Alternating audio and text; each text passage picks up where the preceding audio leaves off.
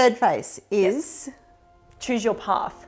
And what's our paradox? The paradox is choose a path that you love, but no, you won't love the whole path. Oh, this is juicy. It's a good topic. A good one. I love this topic because I see so many people fall down here and really get stuck in this place. And so, okay, let's pick it apart a little bit. Choose your path.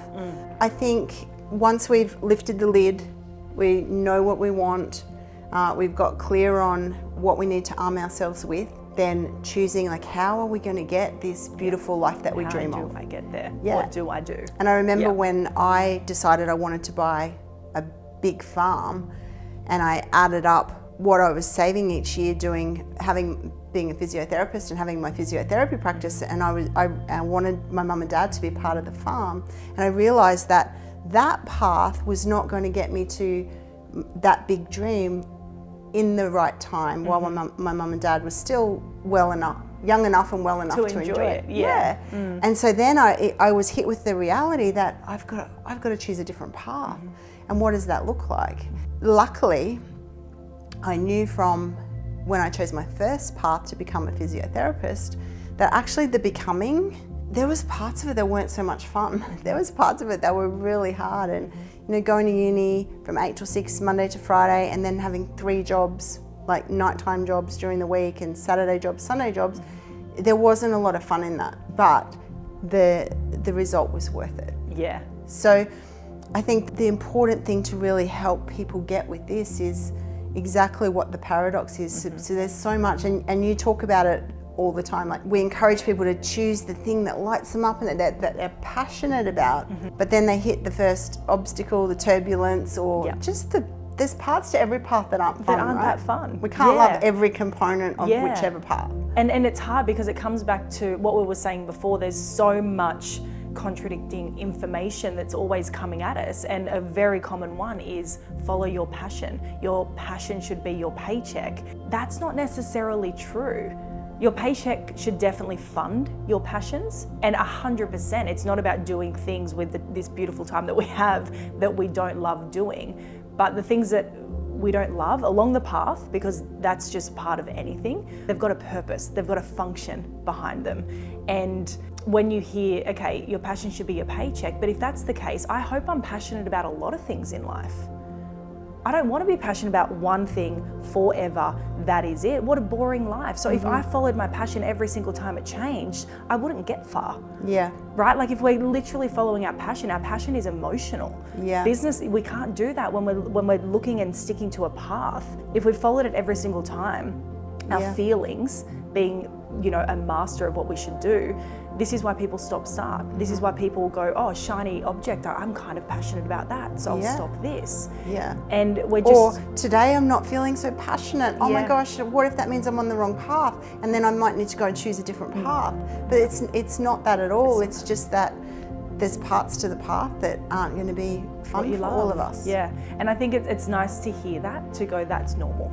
Absolutely. And that's okay. And that's not your sign that you're off track. That's not the one. I think it's important to look at. So when we start asking those questions, okay, here's what I know I want, here's what I know I need, but how do I get there? I remember that's what I was asking myself. I'm like, but what can I do? Like, how would I get there?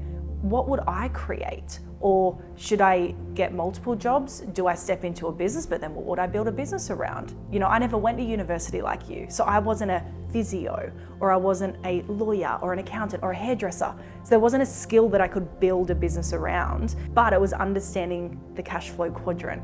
And this is the thing, it's like little secrets of fast paths, not necessarily shortcuts to get out of what needs to be done, but there is fast paths. So when you understood the cash flow quadrant, what really hit you from that? Linear income and my capacity being capped, trading my time. So what hit me when I understood it, so left-hand side is about it being an employee, so you have a job, and self-employed. So the job, you kind of own a job. So both of those are essentially trading your time for money. For money. And you're capped by the number of hours in the day, and you're capped by the amount per hour that you can charge in your specific industry. Yes. Yeah, so there's always that cap. So when I understood that, I was like, wow. And there's nothing wrong with that side though. It just wasn't the side I needed to be on to meet my goals.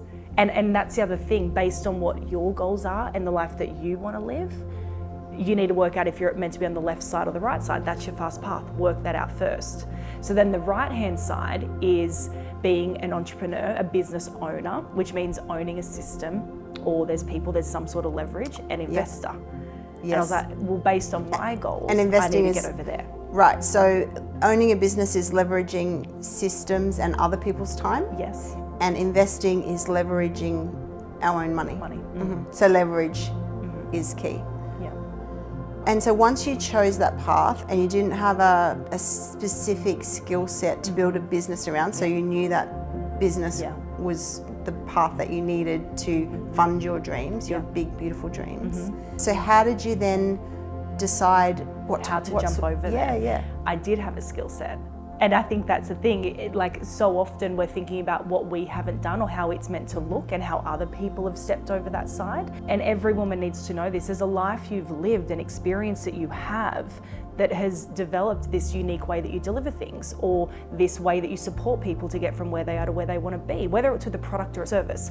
So it's and sometimes that could be a negative or what felt like a negative event, like an illness or a grief process or something that you've been through and survived. You know things, you've experienced things that other people haven't. You've been through the process. You climbed the mountain and came down the other side. Everyone has it. Everyone has something. And the thing where people get stuck, and I got stuck, is I thought I had to be the best of the best of the best, like the absolute expert in something. But you actually only need to be 1 or 2 steps ahead. Just a few steps ahead of the person who needs what you have, or where you've been, or what you've done, or the result you've created. We can all find what that is. And so that was key, is working that out to be on that right-hand side of the quadrant. And then it's about from there looking at, where we spend our time, where we leak our energy, what we learn. And knowing that you love the result that your business provides. Yeah. And many parts of the process, but there's the head banging, wall kicking moments where, and you're okay with that. I've physically kicked you're walls. okay. Physically, I actually have. But that's the thing, right? The whole thing, it's meant to fund your passions. Yes. You won't always feel passionate, but there'll be purpose in it. Yeah. Yeah.